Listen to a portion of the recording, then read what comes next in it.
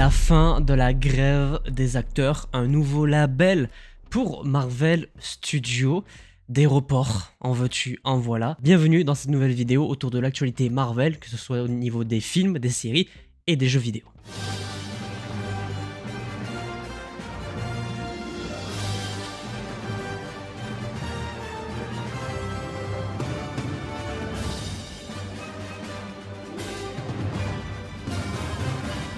Pas mal de news à évoquer aujourd'hui puisque la semaine dernière je vous avais quitté un petit peu plus tôt dans la semaine puisque je n'étais pas chez moi. Donc il y a quand même pas mal de news que j'ai en retard, notamment celle sur Echo. Et c'est ce par quoi on va commencer aujourd'hui puisqu'évidemment, vous l'avez vu la semaine dernière puisque j'ai sorti la vidéo réaction, il y a le premier trailer de la série Echo qui est sorti, qui sera disponible le 10 janvier sur Disney+ en simultané, donc c'est-à-dire 5 épisodes la même journée. Évidemment, pour accompagner ce trailer, on a aussi eu une affiche très stylée. C'est un programme qui se veut TVMA, c'est-à-dire déconseillé aux moins de 18 ans, et qui s'inscrit dans un nouveau label, parce que là c'est la news qu'on a eu la même journée, puisque Marvel Studios a déclaré la chose suivante: nous créons un nouveau label nommé Marvel Spotlight, pour des programmes un petit peu plus streetwear et qui ne nécessitent pas d'avoir vu l'intégralité du MCU pour les comprendre. Et Echo, la série qui sort en janvier, s'inscrit parfaitement dans ce nouveau label. Je pense que des programmes comme Daredevil Born Again ou alors même Ironheart, s'ils décident de changer un petit peu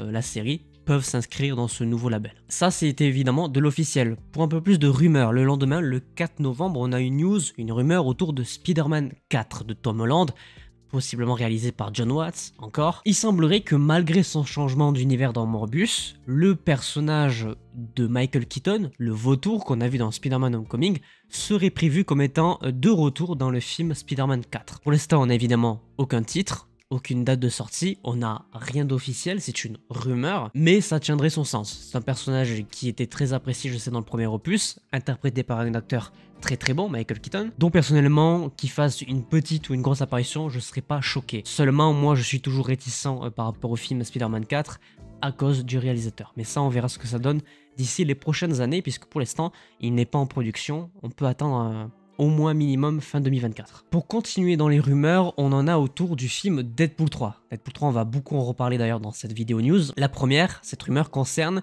l'incarnation non identifiée du personnage de Blade qui pourrait apparaître dans le film. Et quand je dis non identifié, c'est-à-dire qu'on a deux possibilités, puisque Mahershala Ali est, vous le savez, le prochain personnage qui va jouer le personnage de Blade, mais on a aussi dans les premiers films des années 2000 l'acteur Wesley Snipes qui a interprété le personnage de Blade. Pour l'instant, on n'a évidemment aucune confirmation, ça reste une rumeur, donc ça à prendre avec des pincettes, mais on aurait possiblement le personnage de Blade, une de ces deux incarnations, dans le film Deadpool 3. Et concernant Blade, justement, parlons-en, puisque la même journée, on a une information très importante, officielle, qui est très rassurante, puisque le réalisateur, Yann Demange, confirme que le film Blade sera Peggy 18. Il sera classé R, ce qui en fera donc, très logiquement, le deuxième film R-rated du MCU, après le film Deadpool 3, qu'on va découvrir en 2024. Et enfin, pour en finir avec le 6 novembre, des news autour de What If saison 2, vous savez, cette série d'animation qui est censée sortir depuis déjà le début de l'année. On n'avait pas trop d'informations, et bien ici, Disney a confirmé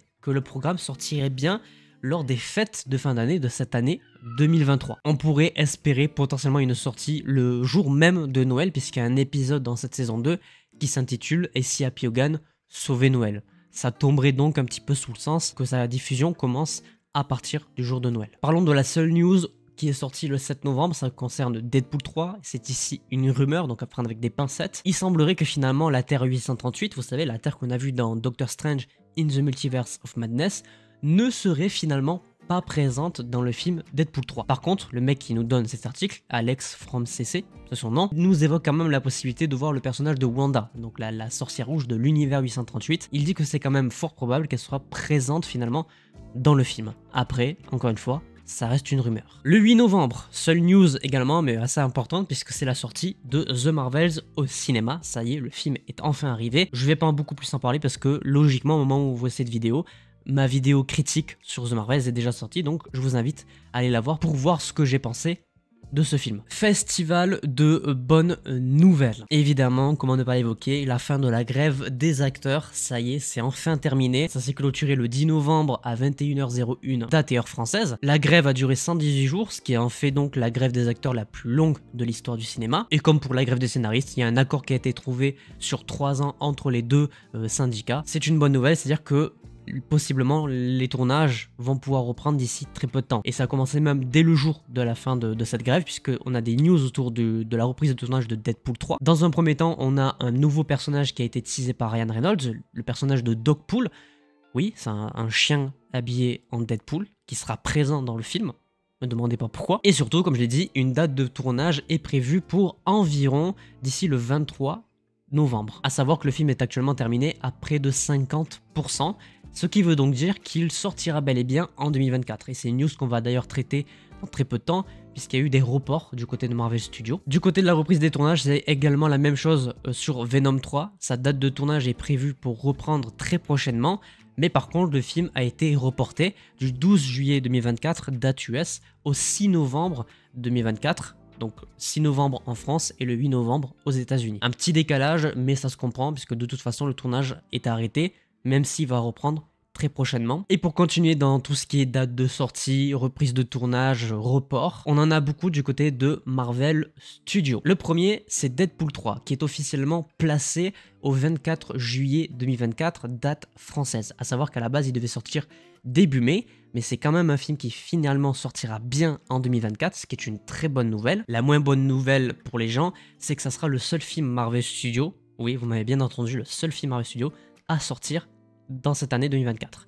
Là vous allez me dire où est passé Captain America 4. Bien justement il fait partie de la longue liste des reports puisque celui-ci est déplacé du 24 juillet 2024 au 12 février 2025, date française. Assez étonnant puisque c'est un film qui est déjà tourné, donc c'est à dire qu'il aurait vraiment pu sortir à cette date là initialement prévue, mais il semblerait, ça c'est pas de l'officiel et ça reste des rumeurs, mais que le film aurait reçu des critiques négatives suite à une projection test, et donc il aurait a priori des reshoots pendant les mois de janvier jusqu'au mois de mai 2024, d'où le report jusqu'en février 2025. Du côté du film Thunderbolt, qui lui était placé au 20 décembre 2024, il est reporté au 25 juillet 2025. Décalage de 6 mois, prévisible, puisque de toute façon le film n'est même pas encore tourné, donc je les voyais mal le sortir au cours de cette année 2024.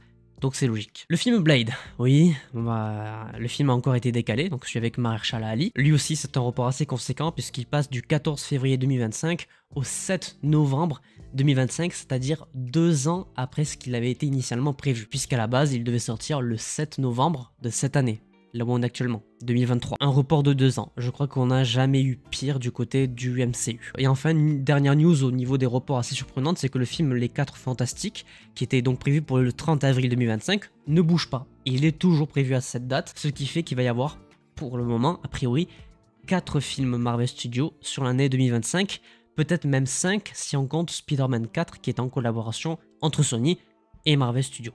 Ça fait beaucoup. Je pense qu'il va y avoir encore des reports, notamment du côté de peut-être Thunderbolt, voire même Blade, qui je pense que finalement ne sortira jamais. Mais 4 films en 2024, voire 5, ça me paraît un peu beaucoup. Et enfin, pour pratiquement terminer cette vidéo, on va parler de Loki, puisqu'évidemment le 10 novembre est sorti le dernier épisode de la saison 2, avec une durée de 59 minutes, ce qui en fait l'épisode le plus long, je crois, du côté de Marvel Studios tout court, dont le titre est Glorieux Destin, avec le synopsis suivant. Loki apprend la vraie nature de son glorieux destin alors qu'il rectifie le passé. Évidemment, vous pouvez retrouver ma review, mon analyse sur la chaîne qui est déjà sortie ce vendredi 10 novembre. Et d'ailleurs, concernant Loki, Tom Hiddleston a déclaré en studio, pendant l'émission de Jimmy Fallon, que le personnage de Loki avait été entièrement traité. Je cite de sa part: cela a été un voyage. Il confirme donc que la saison 2 de la série Loki représente la conclusion des 14 dernières années du personnage au cinéma. Bon, après ça, évidemment, c'est du classique. Quand Jimmy Fallon pose cette question, il la pose à tous les acteurs du MCU et tout le monde répond à peu près la même chose à chaque fois.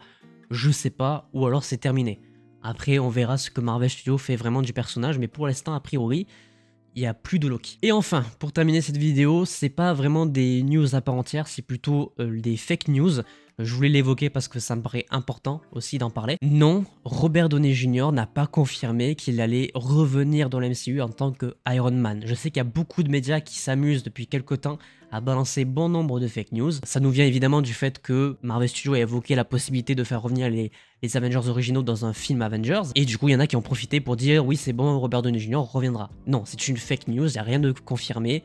Robert Downey Jr. n'a jamais pris la parole officiellement à ce sujet. Et dans le même esprit, quelques jours après, on a eu cette fake news autour de Kevin Feige qui envisagerait de quitter le MCU après le film Avengers Secret Wars pour se concentrer sur la franchise Star Wars. Nique la logique évidemment, ça n'a aucun sens, c'est évidemment une énième fake news. Faut faire attention à ce genre de choses évidemment parce que internet ça dit tout et n'importe quoi. Non, Kevin Feige n'a pas du tout prévu de quitter le MCU, et d'ailleurs il a fait une petite blague lors de l'avant-première de The Marvels, le nouveau film qui est sorti. Il a dit que son film Star Wars était annulé pour répondre à cette fameuse fake news autour de son départ du MCU. Bref, voilà, je voulais juste évoquer ça avant qu'on quitte cette petite vidéo. En tout cas, j'espère qu'elle vous aura plu, j'espère que ces nombreuses news très positives autour de Marvel vous aura plu. N'hésitez pas à me dire dans les commentaires, n'hésitez pas à laisser un petit pouce bleu si cette vidéo vous a plu, à vous abonner, à activer la cloche pour ne pas manquer les prochaines vidéos. Et sur ce, portez-vous bien, c'était votre Captain, à la prochaine.